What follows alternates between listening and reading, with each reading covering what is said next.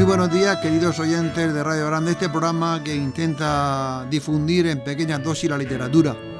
No sean las grandes obras, sino también en dosis pequeñas que se pueden tragar prácticamente sin agua. Y seguramente la forma breve de la literatura más emotiva, más sugerente, más cargada de poeticidad son los poemas, es la lírica. De los tres géneros, la lírica es seguramente donde está la literatura concentrada en su dosis mayor. Y vamos a hablar esta mañana con una chica joven, María Marín, que es del vecino pueblo de Cieza. Hemos entrevistado ya a algún ciezano también, en Cieza gusta mucho la poesía. Y vamos a hablar con ella, primero porque escribe poesía, segundo porque escribe muy bien poesía, y tercero porque el martes pasado publicó su segundo libro de poemas que se llama Lo que se hunde. Ella es María Marín. María, buenos días. Buenos días, Pepe. Bueno, vamos a ver, vamos a hablar primero de lo más cercano. El martes pasado publicaste en un ambiente muy acogedor tu libro, tu segundo libro de poemas, se llama Lo que se hunde. Háblanos un poco de una crónica de esa presentación, la crónica periodística de esa presentación. ¿Cómo fue? ¿Dónde fue? ¿Quién te presentó? Ven, háblanos un poco periodísticamente de cómo fue la presentación de tu libro. Bueno, pues la presentación, la verdad, yo no esperaba tanta afluencia de gente. Sé que mis padres tienen un poder de convocatoria fuerte, pero nunca esperas que, y menos para una presentación de un libro de poesía, pues que aparezcan más allá de tus amigos o familiares. Y la verdad es que donde lo hicimos, que fue en el museo de Sillasa, llenamos la sala que tenemos abajo. ¿Quién presentó el libro, María? Sí,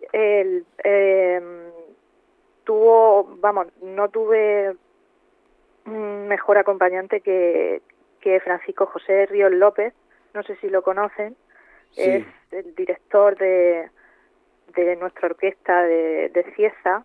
Él es músico y compositor, ha estudiado fuera, y por lo que nos une durante toda nuestra vida, que es la música, y además que él es un gran lector y amigo, le pedí que me acompañara, y desde luego no pude tener mejor acompañante. Estuve muy tranquila con él y se lo agradeceré siempre. ¿Por qué el título, María, Lo que se hunde? No es fácil encontrar título para un libro de poemas especialmente. ¿Por qué Lo que se hunde?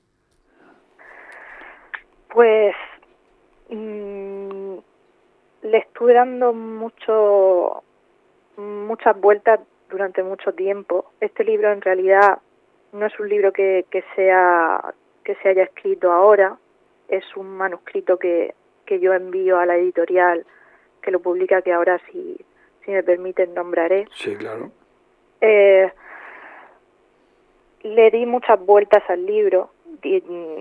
Hace 2 años que envié el manuscrito con el título. Y Lo que se hunde lo titulé así porque no conseguía dar con un título más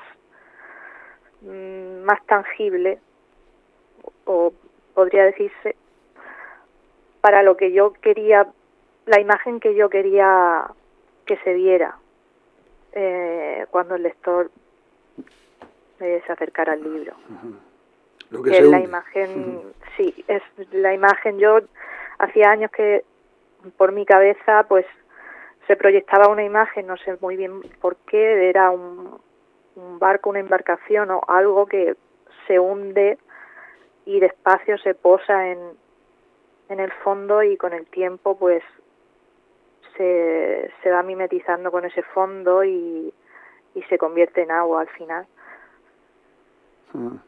¿Cuál es el título? Yo sí lo he oído y lo he leído, el primer libro, María. Tu libro anterior de poesía, ¿cómo? No recuerdo el título ahora mismo. Sí, el primero se llamó El desafortunado intento. Bien, yo he tenido la ocasión de leerlo y de comentar incluso con alumnos en la clase con ella en persona, y realmente yo no soy crítico literario, pero a mí me gusta el tipo de poesía que cultiva María Marín. ¿Cuándo empieza María a escribir poesía? Porque después antes de la escritura hay una lectora. ¿Cuándo empiezas, digamos, a leer y a escribir? ¿Cuándo te llama la atención escribir poesía? que no es una cosa, y escribirla bien, porque escribir poesía, mucha gente escribe poemas, Bueno, pero que no salgan churros no es tan fácil. ¿Cuándo empiezas tú a escribir poesía y te das cuenta, o alguien se da cuenta, te dice, mira, esto no es un churro? pues a ver, como bien has dicho, antes de escribir o intentar hacer algo por uno mismo, lo que es principal y lo que viene antes es leer. Un lector, yo siempre he sido una lectora pues bastante voraz desde que era pequeña, que he leído cualquier cosa, hasta las cajas de los cereales cuando me las he encontrado delante. Entonces, desde muy pequeña, no sé si por costumbre de mi familia, siempre han leído mucho, siempre ha habido muchos libros en mi casa.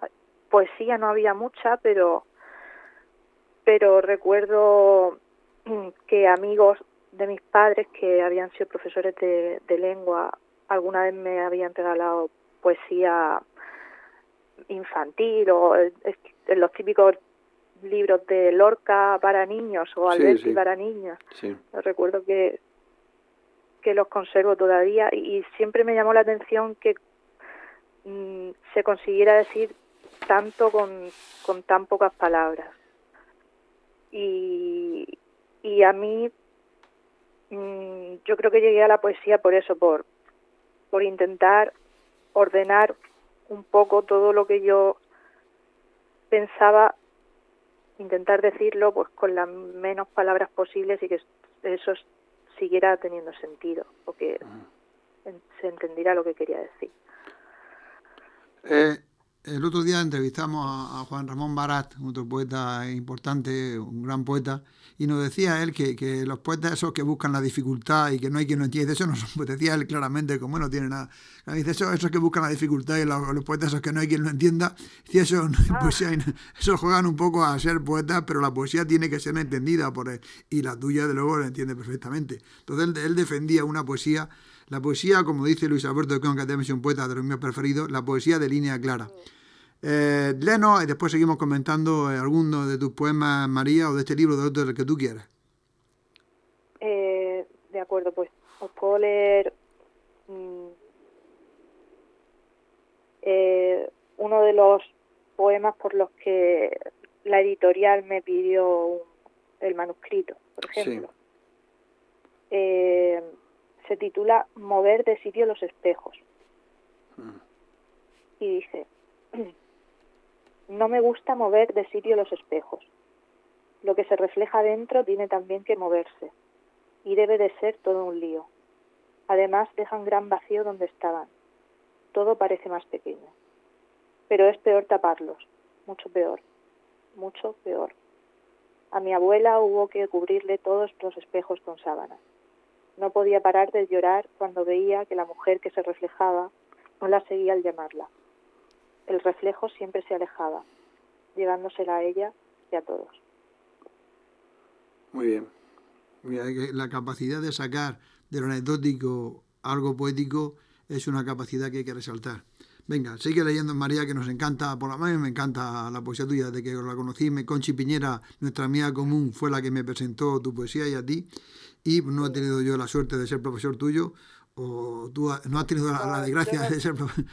No he tenido yo la suerte de estar en tus clases, porque sé que a ti la poesía te gusta y te mueve y la practicas en clase y la muestras. Sin duda. Y eso no todos los profesores de lengua lo sabemos hacer bien, porque la poesía, yo complicado. Comprendí que era mucho más importante derramar, sembrar poesía, que no la sintaxis y la morfología, que también habría que darla, pero que al alumno hay que sembrarle poesía y bueno, en algunos daría su fruto, por lo menos de aficionarse a la poesía. Yo en algunos lo he conseguido, no en todos, pero en algunos alumnos después de tanto tiempo sí lo he conseguido.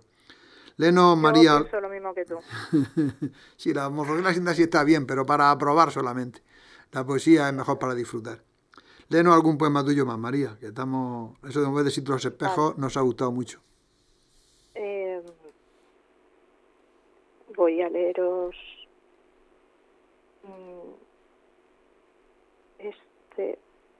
por ejemplo, Vale. No tiene título, pero dice así. Habláis del mundo como si existiera. Habláis del mundo desesperados por vivir y habláis de que la vida es hermosa y de que el amor es cura y salvación y tenéis esa certeza, igual que la tenéis de que la piedra se hunde en el agua. Habláis del amor como si fuera capaz de levantar esa misma piedra del fondo y hacerla flotar y entregárosla de nuevo a vuestras manos y fuera entonces suave y cálida y se os ofreciera como un corazón vivo. Y yo quisiera esa piedra que vuelve palpitando, quisiera las certezas y las ganas, y hablar del mundo, hablar de la vida o del amor, aunque no existan. Muy bien. ¿Cuándo, María, o en qué momento del día o en qué época del año te parece mejor para escribir poesía? Porque la poesía no se puede escribir en el autobús. ¿Cuándo, en qué momento del día o en qué época del año te parece más poético, que te inspira más para poner en un papel, en la página en blanco, tus sentimientos hechos en verso? Pues la verdad es que no me lo había planteado nunca como cuestión estacional, lo de la escritura. Es verdad que yo soy bastante desastre y anárquica, que no me siento a escribir y escribo. Soy más de una idea en la cabeza, la voy amasando y es después cuando ya me siento, corrijo, quito. Pero no sabría decirte bien durante qué épocas he sido más productiva en cuanto a la escritura, porque ha habido mucho tiempo que no he podido escribir nada. ¿Qué por poeta? Ejemplo, ahora no puedo ponerme a escribir. Está en barbecho, ahora está en barbecho. Sí. ¿Qué poeta, María, te influye más, te gusta más? Si tuvieras que seleccionar o que recomendar un poeta de la literatura española o universal, ¿cuál recomendarías? ¿Cuál a ti te ha gustado más desde siempre? A ver, mucho. Que esto es pregunta complicada. Por ejemplo, a ver, yo he sido quizá fanática de Silvia Plath durante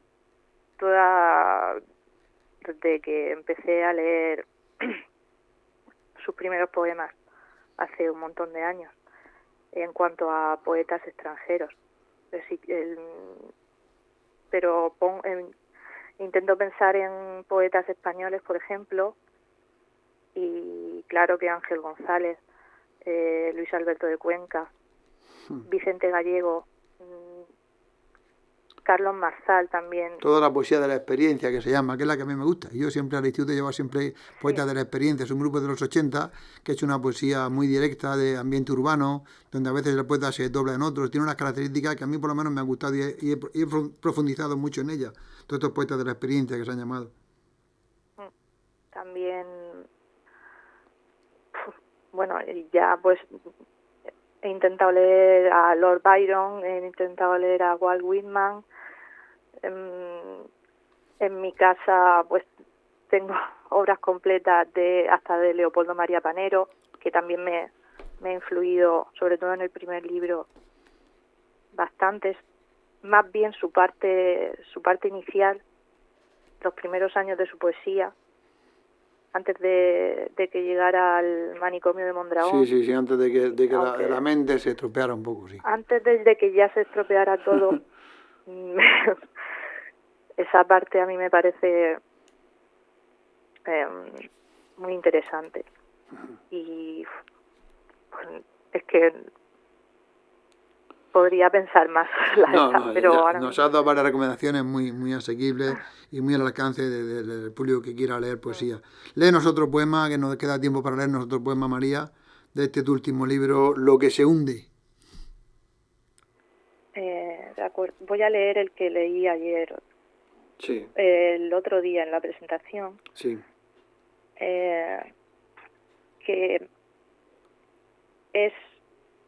está construido a partir de una anécdota también conocerás el Cine Capitol, de Cieza. Sí, sí, sí. Antes de que fuera la actual.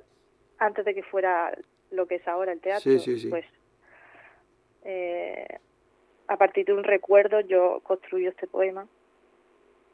A ver qué te parece. No tiene título.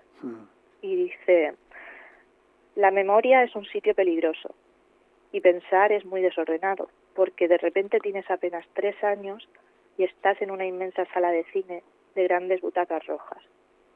Los pies no te llegan al final del asiento. Estás viendo los calcetines blancos asomar por entre los zapatitos de botón que hace poco fuiste a comprar con tu madre.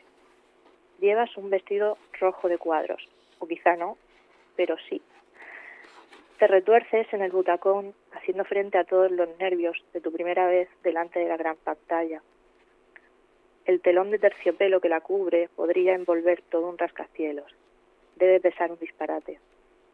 Tu padre te explica que esa sala ha cambiado mucho, que él iba a ver películas de indios y vaqueros, que tu madre se colaba porque tu abuela limpiaba allí, que el telón está viejo y mal conservado, que la gente lo hace todo polvo. Pero a ti no te importa. Tú no lo ves, todavía no lo ves. Y el asombro no deja que la boca se te cierre y te estira de las comisuras de tus labios y te abre más y más los ojos y por fin apagan las luces. El Rey León dura en pantalla 15 minutos. Después empieza a trancarse. Lo siguen suspiros desde la oscuridad iluminada por un fotograma estático. Tienen que encender los focos para iluminar al acomodador, que ha salido a pedir disculpas. La máquina se ha estropeado, pero no se preocupen, canjearemos sus entradas para el pase de la próxima semana. Así que esto es la desilusión. Pero tú no lo sabes, todavía no lo sabes, porque volverás la semana que viene, aunque la cara de tu padre diga otra cosa. De pronto ha pasado el tiempo, no una semana ni 2, aunque la memoria te diga que de aquello no hace tanto, y te recuerde que nunca hubo siguiente pase, que el cine lo cerraron después de esa función, o que lo demolieron y no lo reabrieron hasta 20 años más tarde, pero siendo ya otra cosa. Qué curiosa la memoria, incapaz de traerte un recuerdo nítido del día de ayer, pero totalmente capacitada para poner delante de tus ojos un fotograma estático de una película que nunca pudiste acabar. Me miro los pies, todavía llevo puestos los zapatitos de botón con esos calcetines blancos.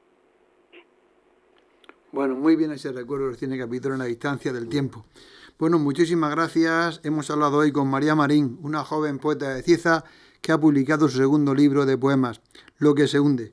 Muchísimas gracias y ahora nos toca leerlo, disfrutarlo y saborearlo. Hasta una próxima ocasión, María.